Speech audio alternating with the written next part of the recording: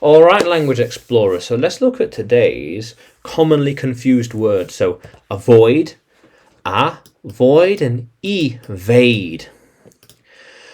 So avoid, so keep away from or stop something from happening.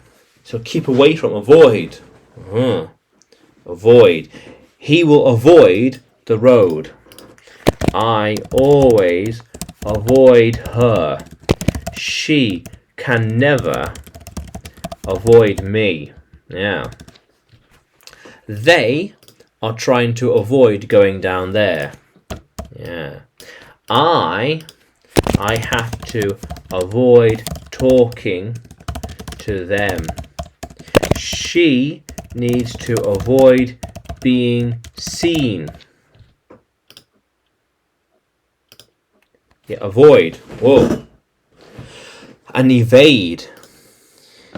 Evade, like to escape from. Often with cunning. Evade. She managed to evade them. She evaded the law for years. We are trying to evade the trap. They can't evade me forever. They can't evade me forever. Yeah.